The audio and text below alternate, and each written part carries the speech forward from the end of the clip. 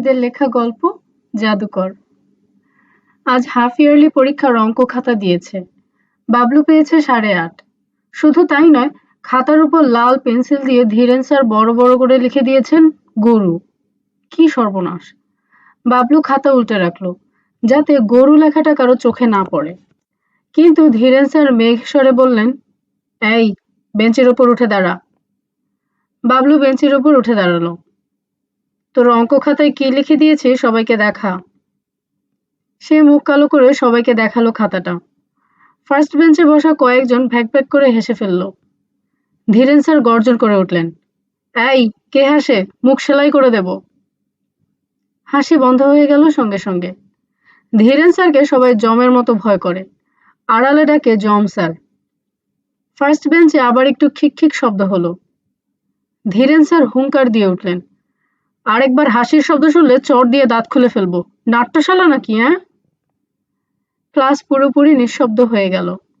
Dhiren sir থমথমে গলায় বললেন, এই বাবলু, তুই ঘন্টা না পড়া পর্যন্ত বেঞ্চের উপর দাঁড়িয়ে থাকবি।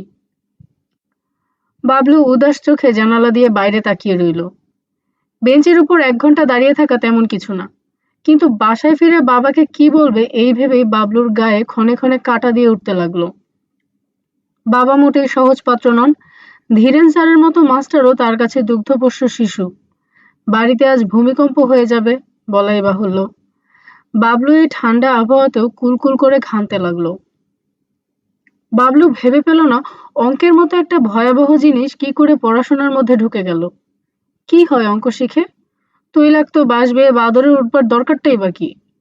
আচ্ছা ঠিক আছে, উঠছে উঠে পড়ুক, কিন্তু প্রথম মিনিটে উঠে দ্বিতীয় মিনিটে আবার পিছলে পড়বার প্রয়োজনটা কি? বাবলু একটি দীর্ঘ নিঃশ্বাস ফেলল। স্কুল ছুটি হলো 5টায়। বাবলু বাড়ি না গিয়ে স্কুলের বারান্দায় মুখ কালো করে বসে রইল। স্কুলের দপ্তরি আনিস মিয়া বলল, বাড়ির যাও ছোট ভাই। বাবলু বলল, আমি আজকে এখানেই থাকবো। কও কি ভাই, বিষয় কি? বিষয় কিছু না, তুমি ভাগো। আনিস মিয়া একগাল হেসে বলল, পরীক্ষায় ফেল করছে ও কেমন? বাড়ি থেকে নিতে না আসলে যাইতা না, ঠিক না? আনিস মিয়া দাঁত বের করে হাসতে লাগলো। বাবলু স্কুল থেকে ছুটে বাইরে চলে আসলো। সরকার বাড়ির জাম গাছের নিচে বসে রইল একা একা। জায়গাটা অসম্ভব নির্জন। কিছুক্ষণের মধ্যেই চারদিক ঘুটঘুটে অন্ধকার হয়ে গেল। বাবলুকে ভয় দেখানোর জন্যই হয়তো অসংখ্য ঝিঝি একসঙ্গে ডাকতে লাগলো। বিলের দিক থেকে শব্দ আসতে লাগলো, হ অ হ অ। ডান পাশের ঝোপ কেমন যেন নড়ে উঠল। বাবলু শার্টের লম্বা হাতায় ঘন ঘন চোখ মুছতে লাগলো। এই ছেলে, কাঁদছো কেন? অন্ধকারে ঠিক পরিষ্কার কিছু দেখা যাচ্ছে না। বাবলুর মনে হলো লম্বা মতো একজন লোক ঝোপটার কাছে দাঁড়িয়ে আছে। লোকটার হাতে ভারী একটা ব্যাগ জাতীয় কিছু, পিঠেও এরকম একটা বোঁচকা ফিতা দিয়ে বাঁধা। এই খোকা, কি হয়েছে? বাবলু ফোপাতে ফোপাতে বলল, আমি অঙ্কে 8.5 পেয়েছি। তাই নাকি? জি, আর ধীরেন স্যার আমার খাতার উপর লিখেছেন গরু। বাবলু খাতাটা বের করে লোকটির দিকে এগিয়ে দিল। লোকটি এগিয়ে এসে খাতাটি নিল। সে বেশ লম্বা। এই অন্ধকারেও প্রকাণ্ড বড় একটা চশমা পরা থাকায় প্রায় সমস্তটা মুখ ঢাকা পড়ে আছে। লোকটি গম্ভীর গলায় বলল, খাতার উপর গরু লেখাটা অন্যায় হয়েছে। বুদ্ধিবৃত্তির উপর সরাসরি কটাক্ষ করা হয়েছে। তার উপর এত বড় বড় করে লিখবার প্রয়োজনই বা কি? ছোট করে লিখলেই হতো। বাবলু শব্দ করে কেঁদে উঠল। হুম, কাঁদবে না, কাঁদার সময় নয়। কি করা যায় এখন তাই নিয়ে আমাদের চিন্তা করতে হবে, ঠান্ডা মাথায় ভাবতে হবে। বাবলু ধরা গলায় বলল, আমি স্কুলেও যাব না, বাসায়ও ফিরে যাব না। বাকি জীবনটা জাম গাছের নিচে বসে কাটাবো। না, জাহাজের খালাসি হয়ে বিলাত চলে যাব। হুম, বুদ্ধিটা মন্দ না, কিন্তু চট করে কিছু একটা করা ঠিক হবে না। ঠান্ডা মাথায় ভাবতে হবে। তোমার নাম তো জানা হলো না। আমার নাম বাবলু, ক্লাস 7-এ পড়ি। আপনি কে? ইয়ে, আমার নাম হলো গিয়ে হইচুন। কি বললেন? আমার নামটা একটু অদ্ভুত, আমি বিদেশি কি না? কি করেন আপনি? আমি একজন পর্যটক, আমি ঘুরে বেড়াই। বাবলু কৌতূহলী হয়ে বলল, আপনার দেশ কোথায়? আসো, তোমাকে দেখাচ্ছি। হোয়াইটসন আকাশের দিকে আঙ্গুল দিয়ে দেখালো, ওই যে দেখছো ছায়া ছায়া, ওইটা হচ্ছে ছায়াপথ, মিল্কি ওয়ে গ্যালাক্সি, স্প্রিং এর মতো। এর মাঝামাঝি একটি সৌরমণ্ডল আছে, আমরা তাকে বলি নউত্তিনি। তার ৯ নম্বর গ্রহটিতে আমি থাকতাম। বাবলু একটু সরে বসলো। পাগল নাকি লোকটা? কথা বলছে দিব্যি ভালো মানুষের মতো। বুঝলে বাবলু, বলতে গেলে আমরা বেশ কাছাকাছি থাকি। পৃথিবীও কিন্তু মিল্কি ওয়ে গ্যালাক্সিতে পড়েছে। হা হা হা। আপনারাও বুঝি বাংলায় কথা বলেন? হুম, তোমার সঙ্গে বাংলায় কথা বলছি কারণ আমার সঙ্গে একটি অনুবাদক যন্ত্র আছে। সে ইশারা করে গোলাকৃতি একটি বাক্স দেখালো। বাক্সটি তার কাঁধের কাছে ঝুলছে। মশার আওয়াজের মতো পিন পিন একটি শব্দ আসছে সেখান থেকে। এই যন্ত্রের সাহায্যে যে কোনো বুদ্ধিমান প্রাণীর ভাষা বুঝতে পারা যায় এবং সে ভাষায় কথা বলা যায়। প্রাণীদের মস্তিষ্কের নিউরনে বিভিন্ন ধ্বনির যে লাইব্রেরি আছে এবং শব্দবিন্যাসের যে সমস্ত ধারা আছে তা এই যন্ত্রটি ধরতে পারে। বাবলুর একটু ভয় ভয় লাগলো। লোকটি বলল, এই যে চারদিকে ঝিঝি পোকা ডাকছে, এরা কি বলছে তা তুমি বুঝতে পারবে যদি যন্ত্রটা তোমার কাঁধে ঝুলিয়ে দেই। দেব? বাবলু ভয়ে ভয়ে বলল, দিন, কিন্তু ব্যথা লাগবে না তো?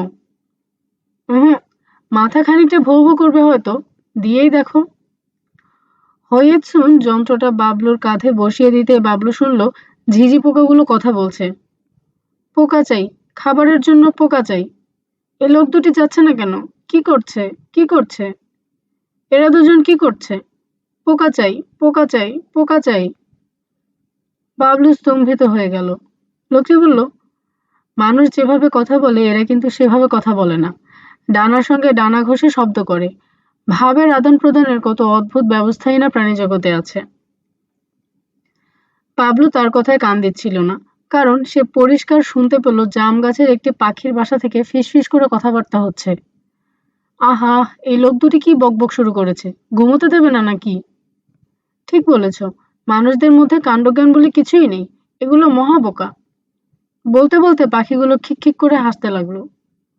লোকটি বলল, বাবলু, যন্ত্রটি এবার খুলে ফেলা যাক। তোমার অভ্যেস নেই তো, মাথা ধরে যাবে। বাবলু বলল, আমি যদি এখন ওদের সঙ্গে কথা বলি, ওরা আমার কথা বুঝতে পারবে? দু একটা কথা বুঝতে পারে, তবে বেশিরভাগই বুঝবে না। ওদের বুদ্ধিবৃত্তি নিম্ন স্তরের। অবশ্যই সবার না, পৃথিবীতে অনেক বুদ্ধিমান প্রাণী আছে। যেমন ধরো তিমি মাছ। তিমি মাছ বুদ্ধিমান, অত্যন্ত বুদ্ধিমান। শুধু হাত নেই বলে যন্ত্রপাতি তৈরি করতে পারে না। ডলফিনও খুব বুদ্ধিমান। ওদের যদি হাত থাকতো তাহলে পৃথিবীর চেহারা পাল্টে যেত। ওদের হাত নেই কেন? প্রকৃতির খেয়াল। প্রকৃতির খেয়ালিপনার জন্য তিমি এবং ডলফিনের মতো বুদ্ধিমান প্রাণীদেরও পশুর মতো জীবনযাপন করতে হচ্ছে। হইয়েছুন একটি ছোট্ট নিঃশ্বাস ফেলে যন্ত্রটা বাবলুর কাঁধ থেকে নিয়ে নিল।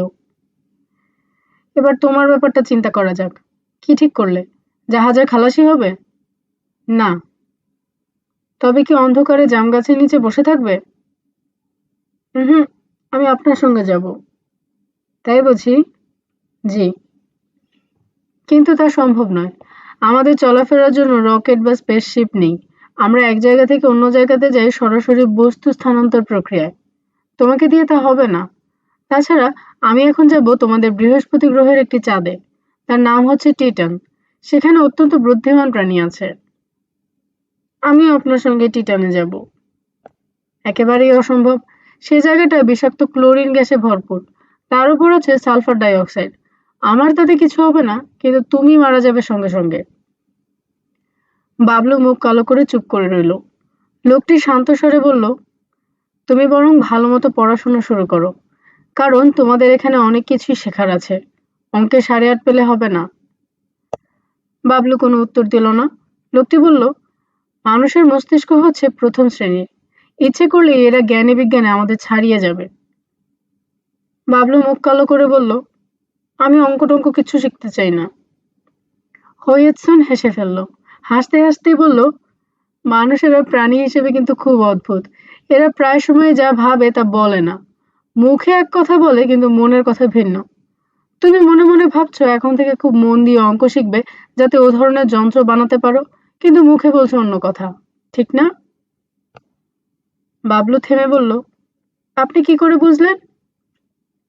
আমার কাছে ছোটখাটো একটা কমিউনিকেটর যন্ত্র আছে, তা দিয়ে বুদ্ধিমান প্রাণীরা কি ভাবছে তা অনেক দূর থেকে টের পাওয়া যায়। যেমন ধরো, যন্ত্রটা তোমার কাঁধে ঝুলিয়ে দিলে তুমি বুঝতে পারবে তোমার বাবা এবং তোমার ধীরেন স্যার এই মুহূর্তে কি ভাবছেন। তারা দুজনেই হারিকেন নিয়ে খুব ব্যস্ত হয়ে তোমাকে খুঁজে বেড়াচ্ছেন।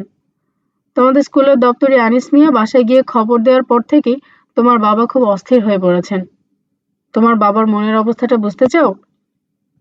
বাবলু মাথা নাড়ল। সে বুঝতে চায়। লোকটি যন্ত্রটা কাঁধে ঝুলিয়ে দিতেই বাবলু শুনল বাবা মনে মনে বলছেন, আমার পাগলা ছেলেটা কোন অন্ধকারে একা একা বসে আছে কে জানে। 8:30 পেয়েছে তো কি হয়েছে? আহা বেচারা, আমার ভয়ে বাড়িও আসতে পারছে না। না, আর কোনোদিন রাগারাগি করব না। ভাবতে ভাবতে বাবা চোখ মুছলেন। ধীরেন স্যারও ঠিক একই রকম কথা ভাবছে। আহারে বাচ্চা ছেলেটা কোথায় না কোথায় বসে আছে অন্ধকারে। খাতায় গরু লেখাটা খুবই অন্যায় হয়েছে, সেই লজ্জাতেই বাড়ি যাচ্ছে না। না, ছাত্রদের সঙ্গে আরেকটু ভদ্র ব্যবহার করা দরকার। আর এইরকম রাগারাগি করব না। বাবলুটাকে রোজ 1 ঘন্টা করে অঙ্ক শেখাবো। হইয়েছন হাসতে হাসতে বলল, কি শুনলে তাদের মনের কথা? হুম। জাহাজের খালাসি হবার পরিকল্পনা এখনো আছে? জি না। ভালো, খুব ভালো। তা বাবলু সাহেব, আমার তো এখন যেতে হয়। আর একটু বসুন। না, আর বসা যাচ্ছে না। তোমার বাবা আর তোমার স্যার এদিকেই আসছেন। আমাকে দেখলে ব্যাপারটা ভালো হবে না। যাই তাহলে, কেমন? তার কথা শেষ হবার আগেই বাবাকে এবং ধীরেন স্যারকে দেখা গেল। দপ্তরি আনিস মিয়া একটি হারিকেন হাতে আগে আগে আসছে। বাবলু ভিনগ্রহের লোকটিকে আর দেখতে পেল না। বাবা এসে প্রচন্ড একটা চড় বসালেন। রাগী গলায় বললেন, এই বয়সে বাদরামি শিখেছিস? বাড়ি না গিয়ে গাছের নিচে বসে ধ্যান করা হচ্ছে? তোর পিঠের ছাল তুলবো আজকে। ধীরেন স্যার থমথমে স্বরে বললেন, পরীক্ষা খারাপ হয়েছে কোথায় তাড়াতাড়ি বাড়ি ফিরে বই নিয়ে বসবি, তা না সাপখোপের আড্ডার মধ্যে এসে বসা। আগামীকাল তুই সারা পিরিয়ড আমার ক্লাসে নীল ডাউন হয়ে থাকবি। গরু কি আর সাথে লিখেছি? বাবলু এদের কথা একটুও রাগ করল না, কারণ এখন সে নিশ্চিত জানে এসব তাদের মনের কথা নয়। তাছাড়া সে হারিকেনের আলোয় স্পষ্ট দেখল বাবার চোখ ভেজা, কাঁদতে কাঁদতেই তাকে খুঁজছিলেন।